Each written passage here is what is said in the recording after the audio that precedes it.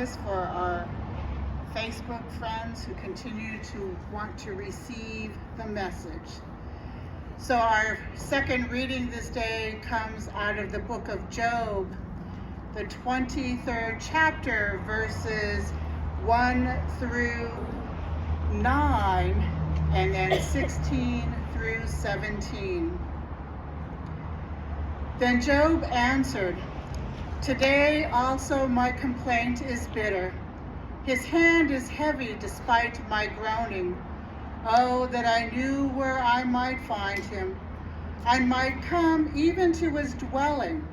I would lay my case before him and fill my mouth with arguments. I would learn what he would answer me and understand what he would say to me. Would he contend with me in the greatness of his power? No, but he would give heed to me.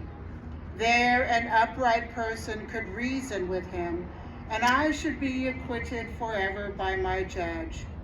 If I go forward, he is not there, or backward, I cannot perceive him. On the left side, he hides, and I cannot behold him. I turn to the right, but I cannot see him. God has made my heart faint. The Almighty has terrified me. If only I could vanish in darkness, and thick darkness would cover my face. The grass withers, the flowers fade, but the word of our God will stand forever. Amen. Consequences. Consequences are those reactions to our own actions. Sometimes the consequences are good, and other times the consequences are not good. There are times when the consequences come as complete surprises, those times when we didn't expect something to happen, good or bad. As we grow up, we learn that no matter how big or small our actions may be, there is always some kind of consequence. This week we continue to look in the book of Job. Last week, if you tuned into our last abbreviated service, we heard the introduction to Job's story. It begins in the very first verse of Job, how he was a righteous and faithful man, and God was pleased with how faithful he was. So God had the utmost confidence in Job's faith. We heard how God met with the heavenly beings, including Satan, and Satan wanted to challenge God's faithful servant Job by telling God Satan himself could get Job to curse God to his face. God accepted the challenge as long as Satan would not take Job's life. Satan then causes sores to completely cover Job's body from head to toe. His wife encouraged him to just curse God and die rather than suffer. But Job reminded her that God has been so good to them that they should also be ready to accept the bad that comes. What we don't hear between last week's reading from Job to this week's reading is that Satan has caused Job to lose everything. His wife is killed, his children are killed, all his servants are killed, his livestock, herds of sheep and goats are also killed, his fields of grain, orchards, vineyards are all destroyed. Job has nothing. He has 3 friends who come alongside him to commiserate with him in all that he has suffered in his losses. In fact, it is these 3 friends who are trying to convince Job that even though he may think himself as righteous, he must have done something sinful to have such consequences? Why doesn't he just curse God for what has been done to him? What we hear in today's reading from Job is Job's response to his friend Eliphaz, who was trying to get Job to just accept the consequences and move on. Return to God and God will restore his life. But in our reading today, we hear Job begin with acknowledge that he is angry. He does not like what has happened to him. He doesn't understand it. But if he could only talk to God and plead his case that he is a righteous man and has done nothing wrong, then God could change the consequences. But Job can't find God. God to him seems distant, not very present when he needs God. And no matter where he looks, God cannot be found. If I go forward, he is not there. Or backward, I cannot perceive him.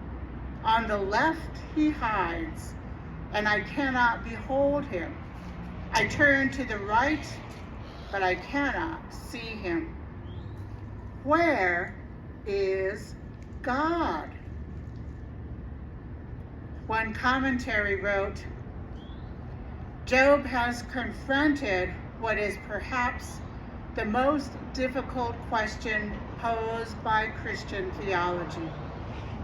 How does one account for all the suffering that takes place in a world created and governed by a gracious God? I believe that is the question most asked during this pandemic. How can God let such suffering take place? There are so many people grieving the loss of loved ones who could not hold community funeral services, in which for many people it is the gathering of family and friends that does provide comfort, and one is not felt like they are alone in their grief. This loss just doesn't have to have been by COVID-19 or its variants or even its complications, but it includes the loss of relationships, the loss of jobs, the loss of feeling secure and safe. We have seen so much suffering taking place not just here in the United States, but all around the world. South America, Europe, Australia, India, Africa. And that's just the suffering we see with COVID-19. And we've wondered where God is, while all this is taking place. But then we had our own sufferings going on in our own lives. We've had to deal with health issues, new diagnosis, chronic illnesses that are getting worse, pending surgery, those kinds of things. We've had to deal with our mental health, depression, anxiety, stress, and even our spiritual health, not being able to worship together, loss of that faith community, the doubts, the temptations. It may not seem like much to someone else, but when you are in it, it is a big deal, and you do feel like you are suffering. It is in these moments we are often like Job. Where are you, God? As I was getting ready to write this sermon, I was watching, I confess I'm a Grey's Anatomy fan. It was an old episode, I should also add, when two doctors who are married are having to make the decision to induce labor for their unborn baby that is not expected to live too long after its birth. The mother isn't ready to do what needs to be done, while the father wants to just do it. The mother is considered to be a righteous person, being faithful to God, and has struggled why God is doing this to her and her baby. The father was raised to believe in a higher power, but would not consider himself a Christian.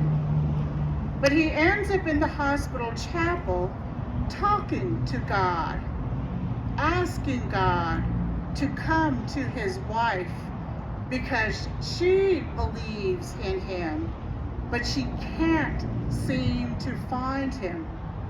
So please, God, make yourself known to her. It's what we say when we can't seem to make sense of why the suffering takes place, when everything is not going as we had hoped, when doubt seems to creep into our faith. Where, God, are you? When all these things are taking place, when I feel lost, when I feel alone, when I feel like I have nothing, where are you? Sometimes the suffering just happens. It's nothing we've done in our lives. It's not the consequences of our own actions. It just happens. We do believe in a good and gracious God. God does not intentionally cause us to suffer. God does not cause our pain. And even though we cannot see or feel God in those moments, God is still beside us, holding our hand, and will not let us go. So my friends, even though we're not through with this pandemic and life is changing all around us, even here at church, do not lose hope. Do not lose faith, even through the most difficult days of our lives. God is with you. God is with us. Amen.